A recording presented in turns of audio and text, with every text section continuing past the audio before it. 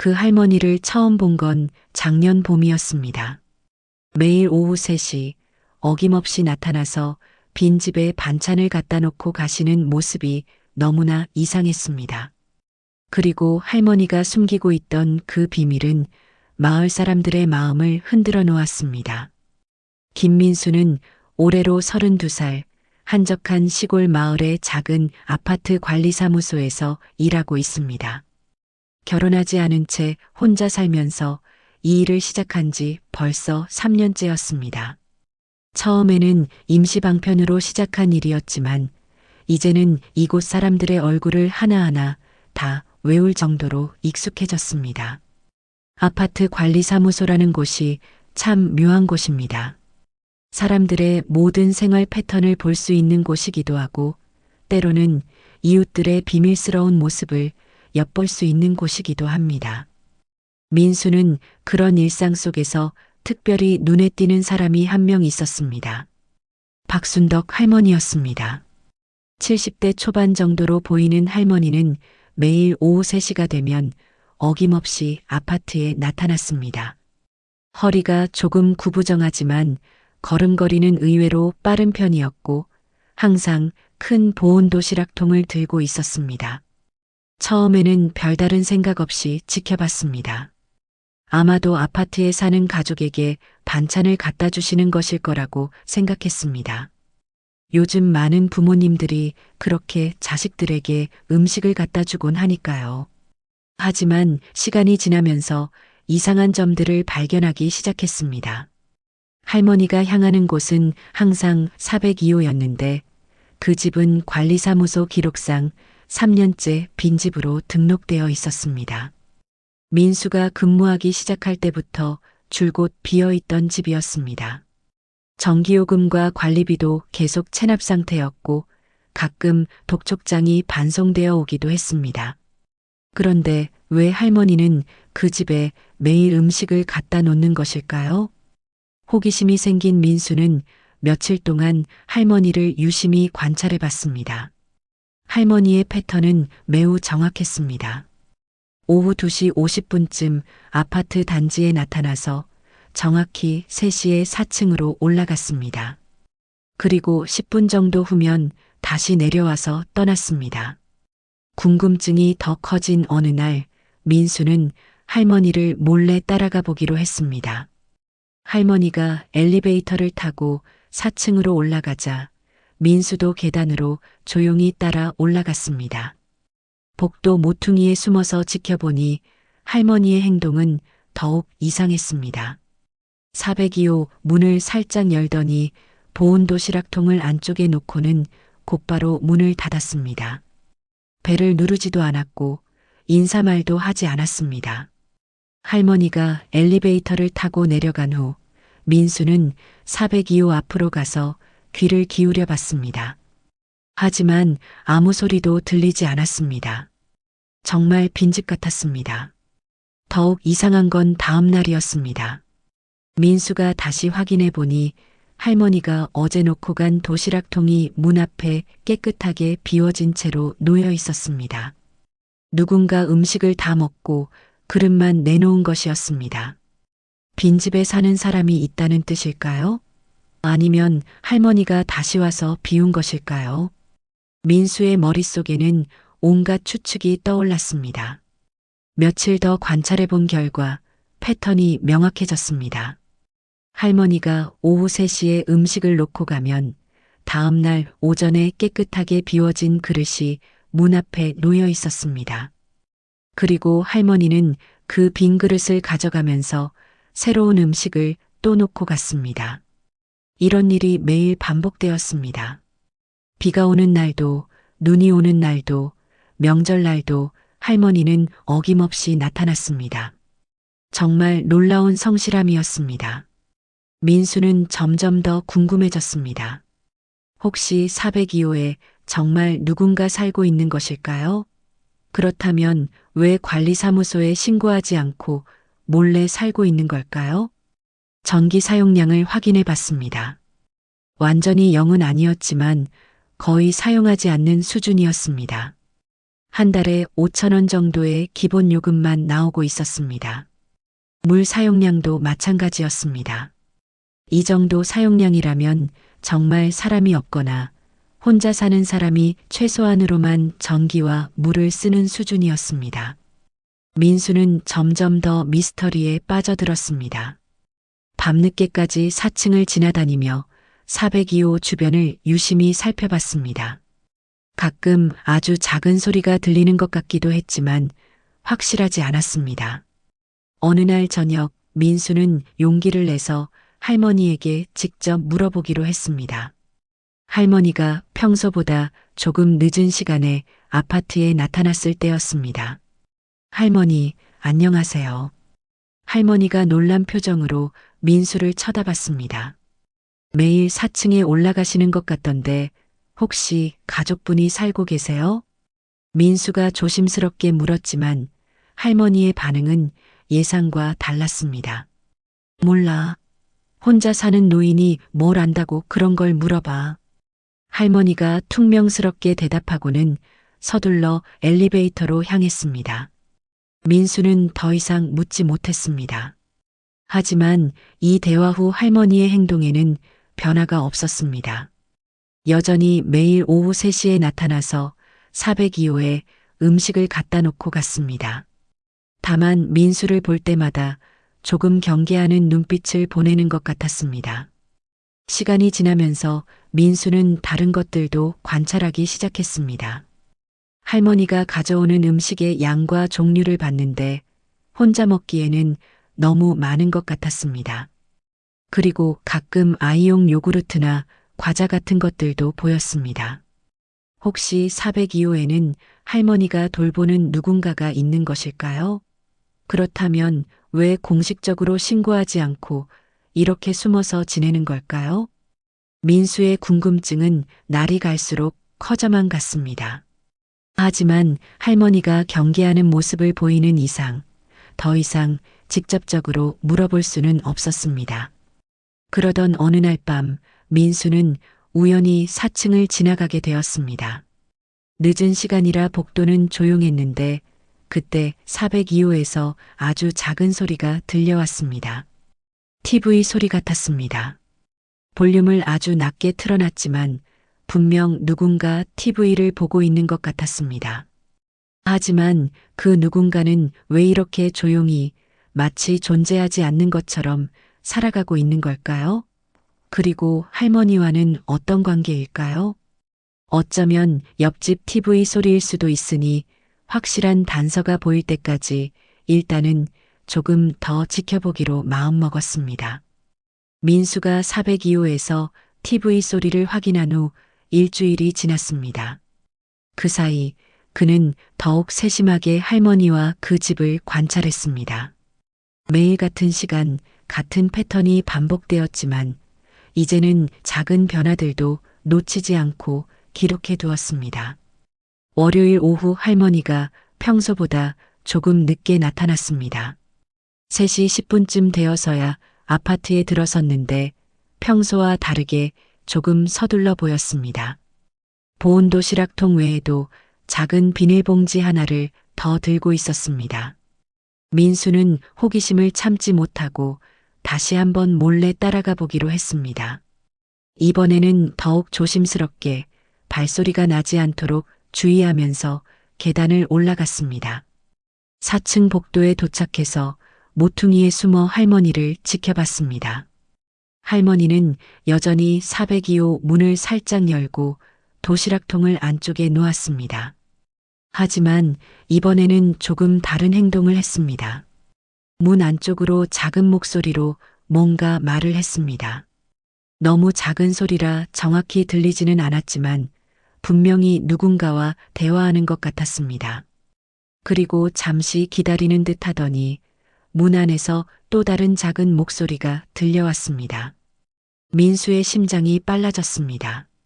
정말로 402호에 누군가 살고 있었던 것입니다. 그런데 그 목소리는 아이의 목소리 같았습니다.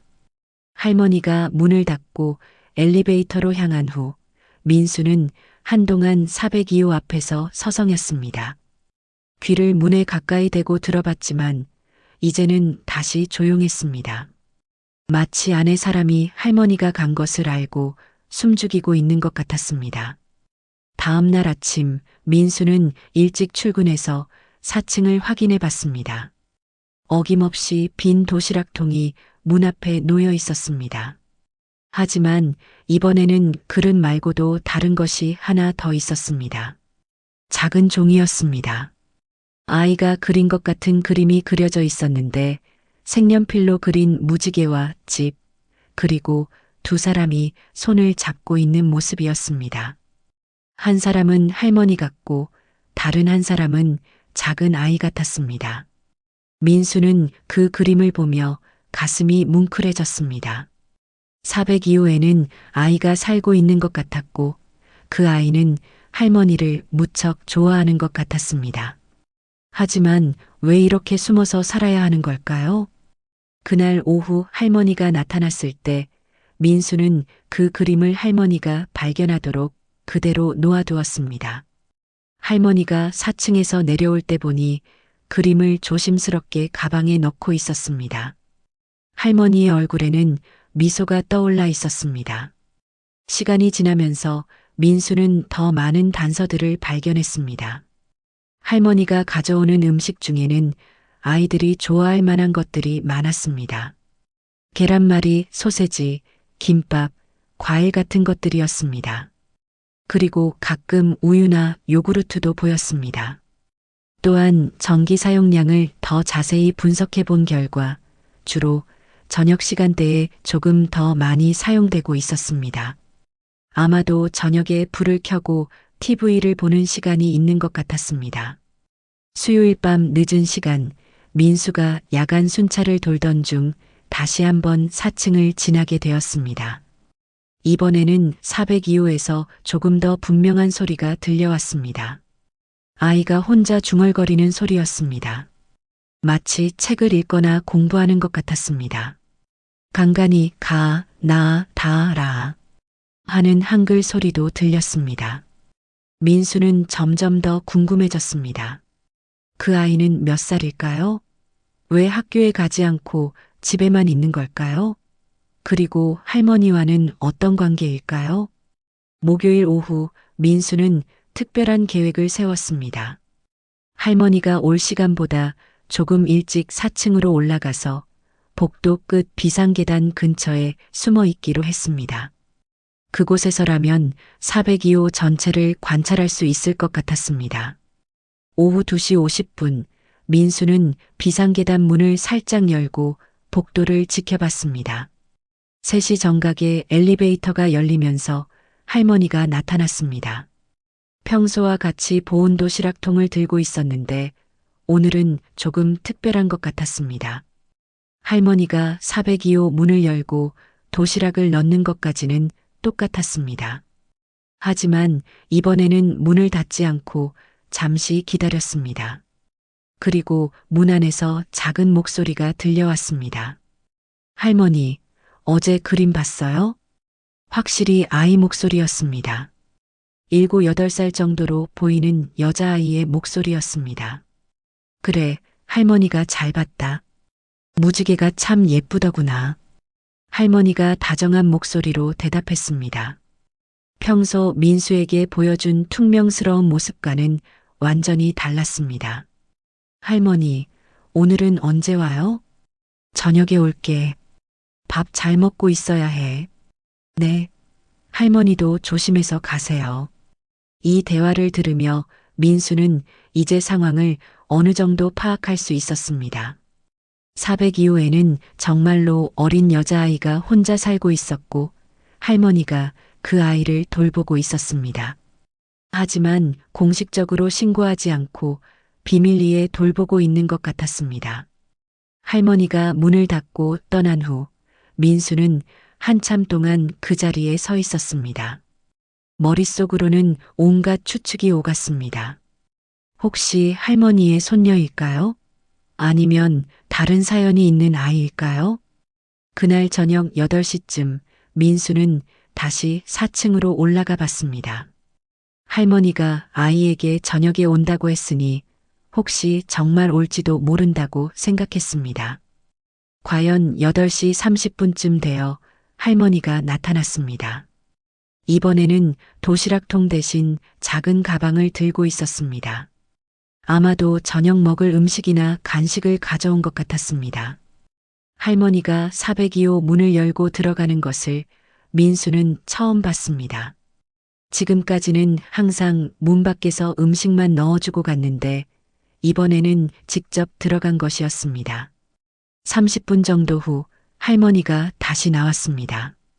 나올 때는 처음보다 표정이 훨씬 밝아 보였습니다. 그리고 작은 그림 한 장을 손에 들고 있었습니다. 민수는 이제 확신했습니다. 402호에는 할머니가 비밀리에 돌보는 아이가 있었습니다. 그 아이는 낮에는 혼자 지내다가 저녁에 할머니와 시간을 보내는 것 같았습니다. 하지만 여전히 많은 의문이 남았습니다. 왜 이렇게 숨어서 살아야 하는 걸까? 그 아이의 부모는 어디에 있을까? 그리고 할머니는 왜 이런 힘든 일을 혼자서 하고 있는 걸까? 금요일 아침 민수는 또 다른 발견을 했습니다. 402호 문 앞에 놓인 빈 그릇 옆에 작은 편지가 있었습니다. 아이가 쓴 것 같은 서툰 글씨로 이렇게 적혀 있었습니다. 할머니 고마워요. 밥이 너무 맛있어요. 할머니도 많이 드세요. 민수는 그 편지를 보며 코끝이 찡해졌습니다. 그 작은 아이가 얼마나 할머니에게 고마워하고 있는지 느낄 수 있었습니다. 그날 오후 할머니가 올 때까지 민수는 계속 그 편지를 생각했습니다. 할머니가 그 편지를 발견했을 때의 표정을 보고 싶었습니다. 3시 정각 할머니가 나타났습니다. 4층에 올라가서 편지를 발견한 할머니의 얼굴에는 환한 미소가 떠올랐습니다. 편지를 조심스럽게 가방에 넣는 모습을 보니 할머니도 그 아이를 무척 아끼고 있다는 것을 알 수 있었습니다. 이제 민수는 더 이상 참을 수 없었습니다. 이 상황을 정확히 알아야겠다고 생각했습니다. 하지만 할머니에게 직접 물어보면 또 경계심을 보일 것이 분명했습니다. 그래서 다른 방법을 생각해 봤습니다. 혹시 다른 주민들 중에 이 상황을 아는 사람이 있을지도 모른다고 생각했습니다. 허름한 시골 아파트여서 오래 살아온 주민들이 많았으니까요. 토요일 오전 민수는 1층 문방구를 운영하는 김 사장님을 찾아갔습니다. 김 사장님은 이 아파트에 10년째 살고 있어서 주민들의 사정을 잘 아는 분이었습니다. 사장님, 혹시 박순덕 할머니 아세요?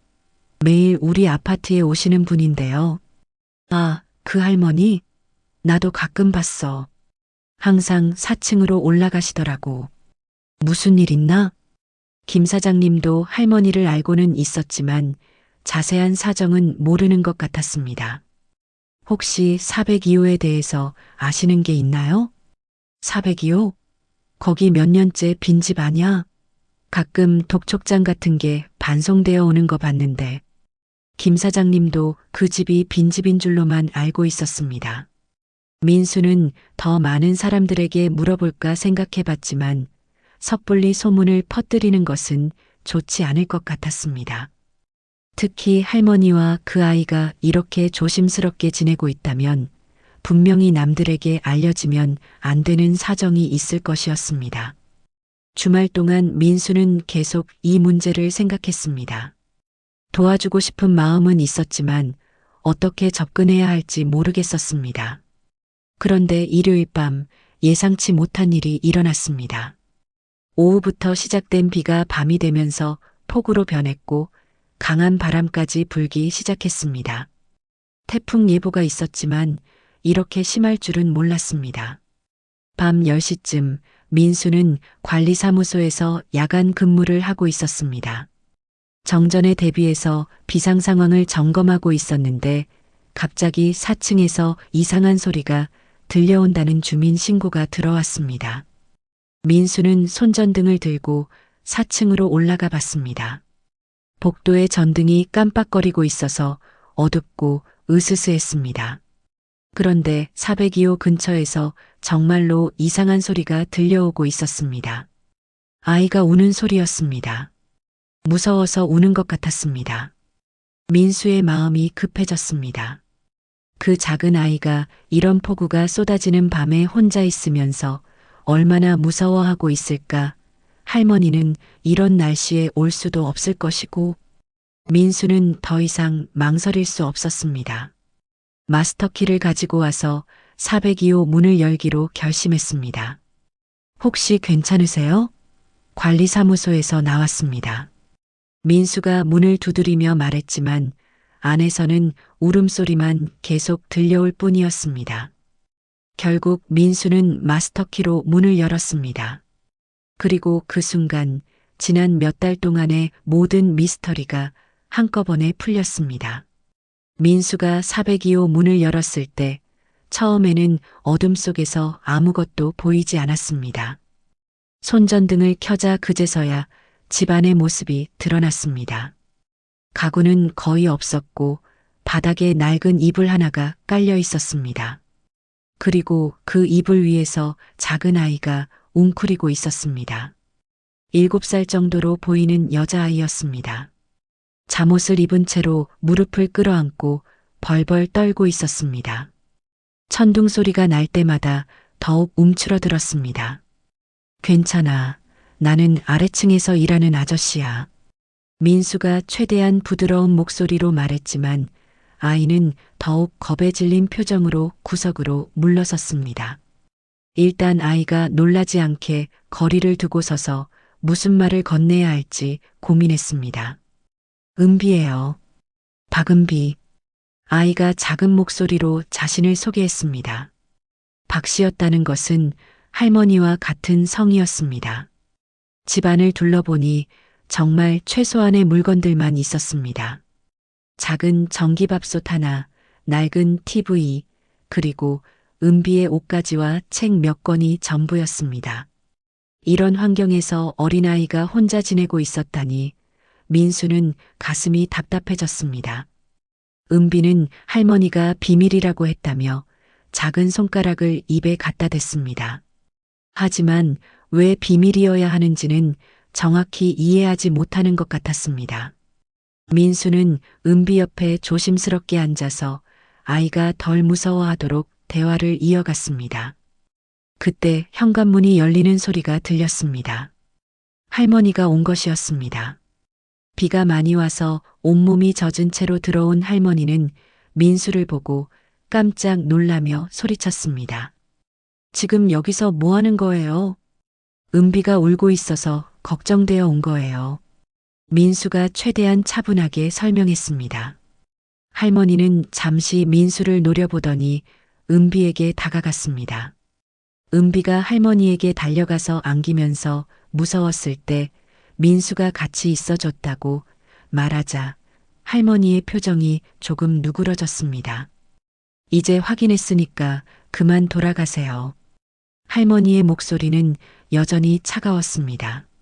하지만 민수는 포기할 수 없었습니다. 할머니, 저는 정말 도와드리고 싶어요. 어떻게 된 상황인지 설명해 주시겠어요? 민수가 간절한 목소리로 말하자 할머니는 한참 동안 망설이더니 깊은 한숨을 내쉬었습니다.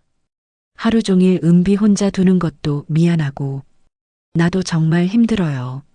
할머니의 목소리에는 힘이 하나도 없었습니다.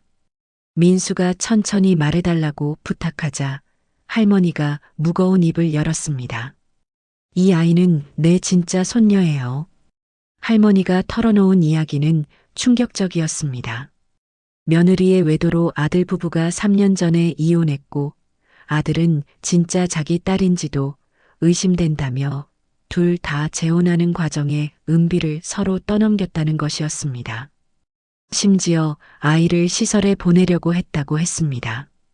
할머니는 혼자 사는 노인이라 정식으로 아이를 맡을 자격도 없고 경제적으로도 어려워서 이렇게 몰래 키우고 있다고 설명했습니다. 은비는 주민등록이 안 되어 있어서 학교 등록도 못한 상태였습니다. 제가 틈틈이 글이라도 가르쳐 주려고 하는데 부족하죠. 할머니의 목소리에 죄책감이 묻어났습니다. 할머니의 일상은 더욱 가혹했습니다.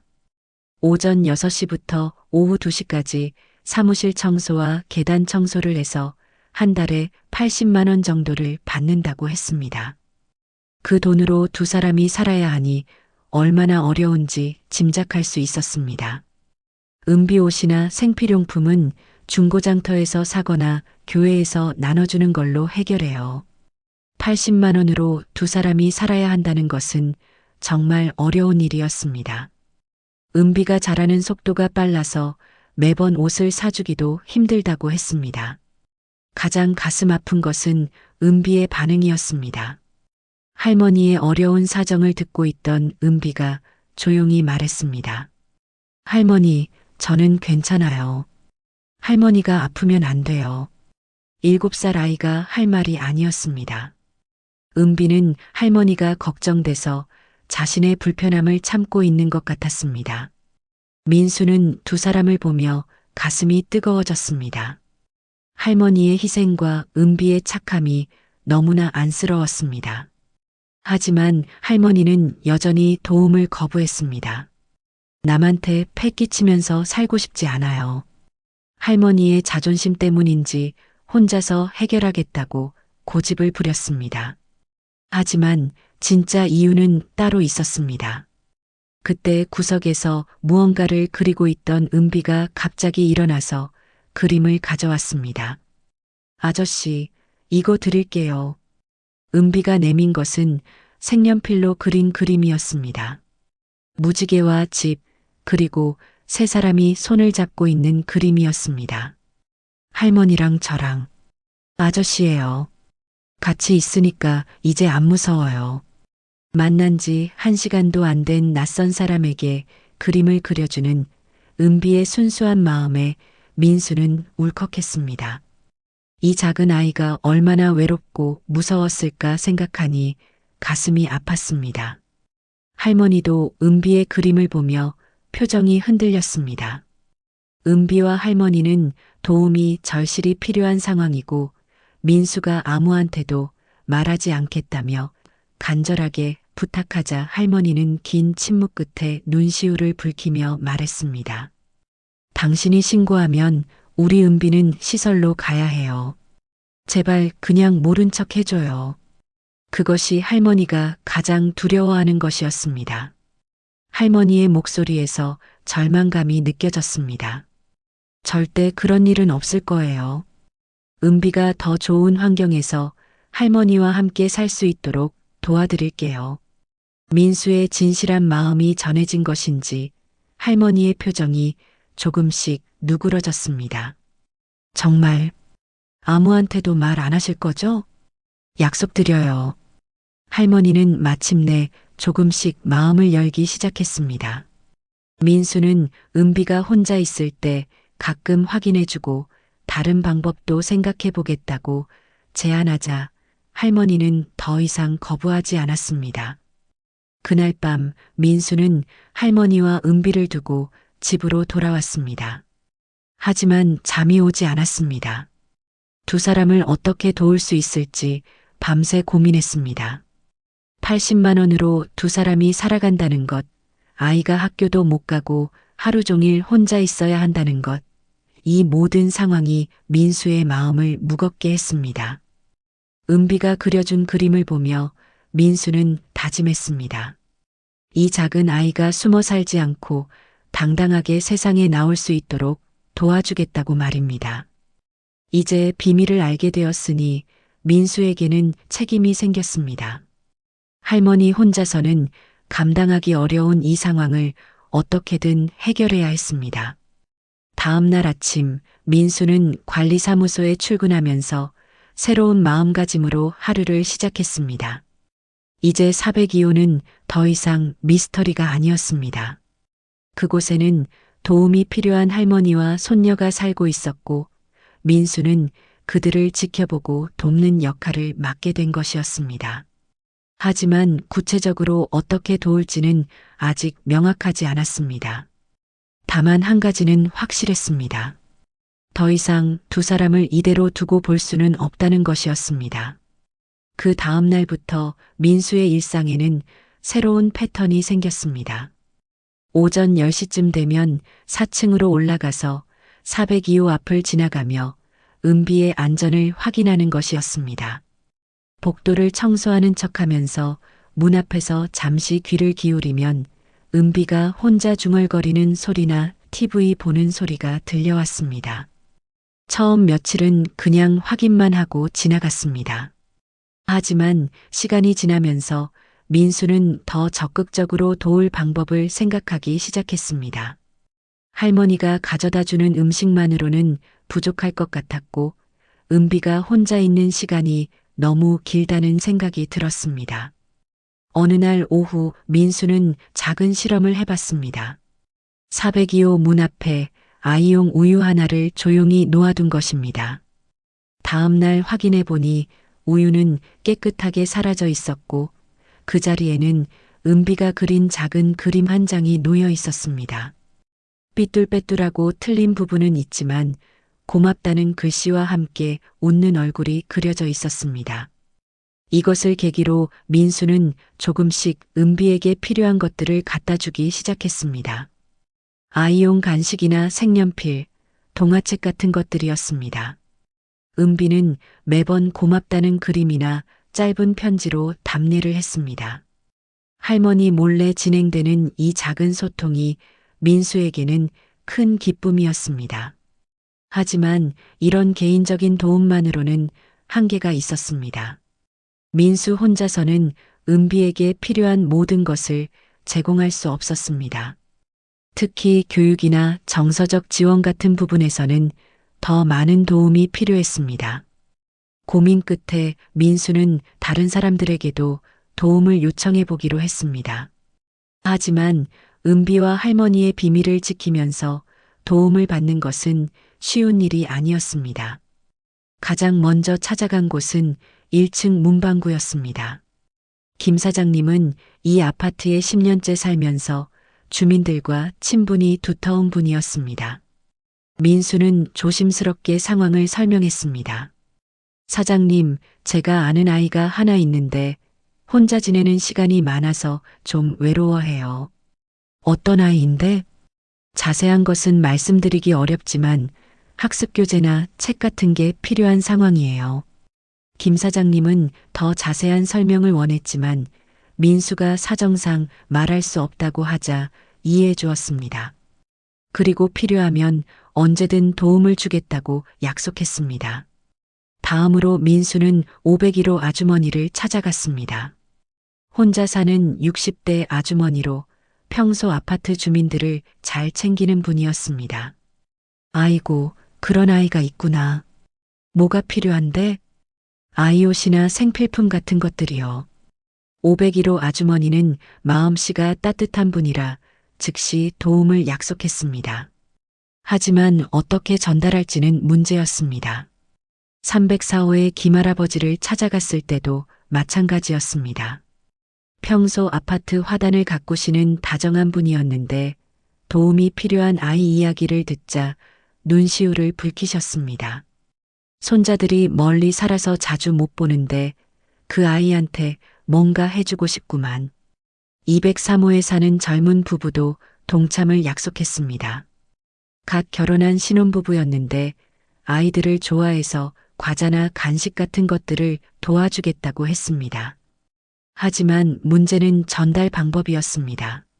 민수가 구체적인 장소를 말할 수 없는 상황에서 주민들이 직접 물건을 전달하기는 어려웠습니다.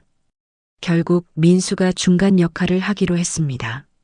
주민들이 준비한 물건들을 민수가 받아서 은비에게 전달하는 방식이었습니다. 며칠 후부터 민수의 관리사무소에는 작은 기적이 일어나기 시작했습니다. 김 사장님이 가져다 주는 아동도서, 501호 아주머니의 아이옷, 김할아버지의 작은 장난감, 203호 부부의 과자들이 하나둘씩 쌓여갔습니다. 민수는 이런 선물들을 매일 조금씩 402호 문 앞에 놓아주었습니다. 은비는 이런 선물들을 받을 때마다 더욱 정성스러운 그림과 편지로 감사를 표현했습니다. 민수는 그런 은비의 그림들을 주민들에게 전해주었고 주민들은 그것을 받으면서 더욱 마음이 따뜻해졌습니다. 하지만 이런 상황이 오래 지속되자 예상치 못한 문제가 생겼습니다. 호기심 많은 주민들이 민수에게 더 자세한 정보를 물어보기 시작한 것입니다. 민수 씨, 그 아이가 정확히 어디 사는 아이예요? 혹시 우리 아파트 아이인가요? 이런 질문들이 계속 이어지자 민수는 당황했습니다. 비밀을 지키면서도 도움을 받는 것이 생각보다 어려웠습니다. 더 큰 문제는 할머니가 이런 상황을 알게 된 것이었습니다. 어느 날 저녁 할머니가 민수를 찾아왔습니다. 은비한테 누가 이런 것들을 갖다 주는 거예요? 할머니의 목소리에는 걱정과 당황이 섞여 있었습니다. 민수가 준 것 치고는 너무 많고 다양한 물건들이 나타나자 의심을 하게 된 것이었습니다. 할머니, 제가 몇 분에게 도움을 요청했어요. 뭐라고요? 다른 사람들이 알고 있다는 말이에요? 할머니가 놀라며 목소리를 높였습니다. 자세한 건 말하지 않았어요. 그냥 도움이 필요한 아이가 있다고만 했고요. 민수가 설명했지만 할머니는 여전히 흥분한 상태였습니다. 이렇게 다 소문내면 어쩌자는 거예요? 그러다 누가 신고라도 하면 어떻게 할 거예요? 할머니의 걱정이 현실이 될 조짐이 보이기 시작했습니다. 김 사장님이 어느 날 민수에게 물어봤습니다. 혹시 그 아이 우리 아파트 4층에 사는 아이 아니야? 요즘 4층에서 이상한 소리가 난다는 얘기를 들었는데 민수는 깜짝 놀라면서도 애매하게 답했습니다. 글쎄요, 정확히는 모르겠어요. 하지만 김 사장님의 추측은 점점 정확해져 갔습니다. 다른 주민들도 하나둘씩 의심하기 시작했습니다. 501호 아주머니도 민수에게 말했습니다. 민수 씨, 혹시 402호 말인가요? 요즘 그 집에서 가끔 소리가 나는 것 같던데. 상황이 이렇게 되자 할머니의 불안은 극에 달했습니다. 그동안 조심스럽게 지켜온 비밀이 하나둘씩 드러나기 시작하는 것 같았습니다. 어느 날 저녁 할머니가 민수를 찾아와서 말했습니다. 이제 그만해요. 더 이상은 안 돼요. 민수는 사람들이 은비를 도와주려고 하는 것뿐이라고 할머니를 설득했습니다. 그래도 안 돼요. 혹시 신고라도 당하면 우리 은비 정말로 시설에 보내야 해요. 울먹이는 할머니의 목소리에는 절망감이 묻어 있었습니다. 도움을 받는 것이 오히려 더 큰 위험으로 느껴지는 상황이 된 것이었습니다. 민수는 이런 할머니를 보며 고민에 빠졌습니다.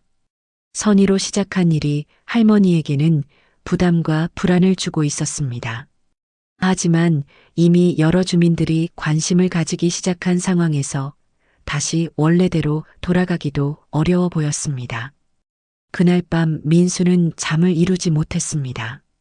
할머니와 은비를 도우려는 마음에서 시작한 일이 오히려 그들을 더 어려운 상황으로 몰고 가는 것 같았습니다. 하지만 포기할 수도 없었습니다. 은비의 순수한 그림들과 할머니의 힘든 상황을 생각하면 반드시 해결책을 찾아야 했습니다. 문제는 어떻게 주민들의 선의와 할머니의 불안 사이에서 균형을 맞출 것인가였습니다. 이제 더 이상 혼자서는 해결할 수 없는 상황이 되었습니다. 더 근본적이고 체계적인 해결책이 필요했습니다. 할머니의 불안이 절정에 달했던 그 주말, 민수는 중요한 결정을 내렸습니다. 이 상황을 근본적으로 해결하려면 더 이상 비밀로 둘 수는 없다고 판단한 것입니다. 하지만 할머니를 설득하는 것이 가장 큰 과제였습니다. 월요일 아침 민수는 할머니를 관리사무소로 불러서 진지한 대화를 나누었습니다. 할머니는 여전히 불안해했지만 민수가 준비한 계획을 듣고 조금씩 마음을 열기 시작했습니다. 민수의 계획은 이랬습니다. 먼저 도움을 주고 있는 주민들과 할머니가 직접 만나는 자리를 마련하고 그들의 진심을 확인받는 것이었습니다. 그 다음에는 전문가의 도움을 받아서 은비의 상황을 법적으로 해결하는 방법을 찾는 것이었습니다. 할머니, 이분들은 정말 좋은 분들이에요. 직접 만나보시면 아실 거예요. 하지만 만약에 누군가 신고라도 하면 그런 일은 절대 없을 거예요. 저를 믿어주세요. 민수의 간곡한 부탁에 할머니는 마침내 승낙했습니다. 그 주 토요일 저녁 관리사무소에 작은 모임이 열렸습니다. 김 사장님, 501호 아주머니, 304호 김할아버지, 203호 부부, 그리고 할머니와 함께 얼마 만에 밖으로 나왔는지 모를 은비가 참석했습니다. 처음에는 서로 어색했지만 김 사장님이 먼저 입을 열었습니다. 할머니, 정말 존경스러워요. 혼자서 이런 어려운 일을 해오셨다니. 501호 아주머니도 따뜻하게 말했습니다. 은비야, 그림 받을 때마다 아줌마 마음이 너무 따뜻해졌어. 주민들의 진심 어린 말에 할머니의 경계심이 조금씩 누그러졌습니다. 은비도 처음 보는 사람들이지만 금세 친해졌습니다. 304호 김할아버지가 은비에게 물었습니다. 은비야, 뭐가 제일 하고 싶니? 학교 가고 싶어요. 친구들이랑 같이 공부하고 싶어요. 은비의 순수한 답변에 모든 사람들이 마음이 아팠습니다. 그때 203호 남편이 중요한 제안을 했습니다. 제가 아는 사회복지사가 있어요. 한번 상담을 받아보시는 게 어떨까요? 할머니는 처음에 망설였지만 주민들이 모두 함께 도와주겠다고 하자 용기를 냈습니다. 며칠 후 사회복지사 이 선생님이 아파트를 방문했습니다. 30대 중반의 따뜻한 여성이었는데 할머니와 은비의 상황을 자세히 듣고 구체적인 해결 방안을 제시했습니다. 할머니께서 은비의 법정 대리인이 되시는 절차가 필요해요. 복잡하긴 하지만 불가능하지는 않아요. 이 선생님의 설명에 따르면 할머니가 은비의 친족 관계를 증명하고 양육 능력을 인정받으면 정식으로 은비를 키울 수 있다는 것이었습니다. 물론 경제적 지원도 받을 수 있다고 했습니다. 시간은 좀 걸리겠지만 그동안 은비가 안전하게 지낼 수 있도록 임시 방편들을 마련할 수 있어요.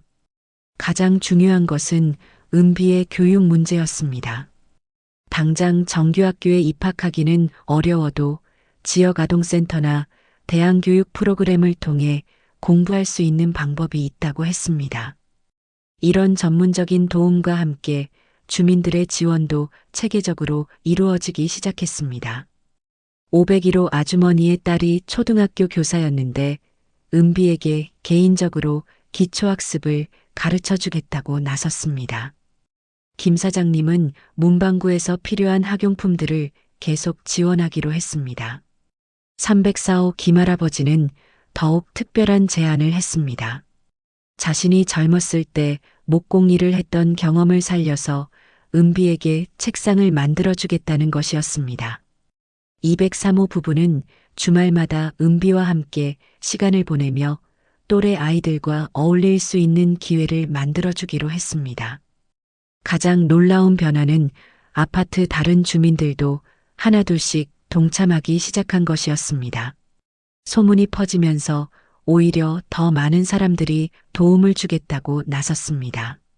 3개월이 지나자 놀라운 변화가 일어났습니다.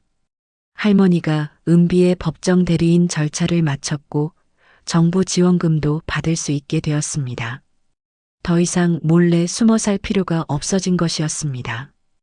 은비는 지역아동센터에 등록해서 또래 아이들과 함께 공부하기 시작했습니다. 처음에는 적응하기 어려워했지만 오랫동안 혼자 지내던 아이치고는 놀랍도록 빠르게 친구들을 사귀었습니다. 할머니도 큰 변화를 겪었습니다. 더 이상 하루 종일 혼자서 모든 것을 책임져야 한다는 부담을 갖지 않아도 되었습니다. 주민들이 번갈아 가며 은비를 돌봐주니까 할머니는 일에만 집중할 수 있게 되었습니다. 6개월 후에는 더욱 큰 기쁨이 기다리고 있었습니다. 은비가 정식으로 초등학교에 입학하게 된 것입니다. 아파트 주민들은 모두 은비의 입학식에 참석했습니다. 마치 온 마을이 한 아이의 입학을 축하하는 것 같았습니다. 입학식 날 은비가 새 교복을 입고 나타났을 때 할머니는 눈물을 참지 못했습니다. 고맙습니다. 정말 고맙습니다. 할머니가 주민들에게 연신 고개를 숙이며 인사했습니다. 김 사장님이 할머니의 손을 잡으며 말했습니다. 할머니, 이건 우리가 도와드린 게 아니라 우리가 함께 가족이 된 거예요. 그날 저녁 아파트 주민들은 작은 축하 파티를 열었습니다. 은비는 새로 사귄 친구들과 함께 뛰어놀았고 할머니는 주민들과 따뜻한 대화를 나누었습니다. 민수는 이 모든 광경을 보며 가슴이 벅찼습니다. 1년 전만 해도 혼자서 모든 것을 감당해야 했던 할머니와 은비가 이제는 진짜 가족들에 둘러싸여 있었습니다. 은비가 민수에게 다가와서 새로운 그림을 건넸습니다. 예전보다 훨씬 정교하고 아름다운 그림이었습니다. 큰 집 주변에 수많은 사람들이 손을 잡고 둘러서 있는 그림이었습니다. 아저씨, 이게 우리 가족이에요. 은비의 말에 민수는 미소를 지었습니다. 정말로 은비의 말이 맞았습니다. 혈연 관계로 이어진 가족도 있지만 마음으로 이어진 가족도 있다는 것을 이 작은 아이가 가장 잘 알고 있었습니다. 은비는 학교에서 가장 밝은 아이 중 하나가 되었습니다. 어려웠던 시간들이 오히려 은비를 더욱 감사할 줄 아는 아이로 만들어 주었습니다. 할머니도 건강해졌고 주민들과의 친분도 깊어졌습니다. 민수는 가끔 이 모든 일이 꿈만 같다고 생각했습니다. 작은 호기심에서 시작된 일이 이렇게 큰 변화를 가져올 줄은 상상도 못했습니다. 하지만 가장 중요한 것은 은비와 할머니가 행복해졌다는 것이었습니다. 은비로 인해 주민들은 혈연이 아닌 마음으로 이어진 세상에서 가장 따뜻한 가족이 되었습니다. 그리고 이 따뜻한 이야기는 지금도 계속되고 있습니다. 은비가 자라서 어른이 되어도 이 작은 아파트에서 받은 사랑과 온정은 평생 잊지 못할 소중한 기억이 될 것입니다. 여러분의 사연을 나레이션 모노드라마 형식으로 전해드립니다. 구독과 좋아요, 알림 설정으로 더 많은 이야기를 만나보세요. 감사합니다.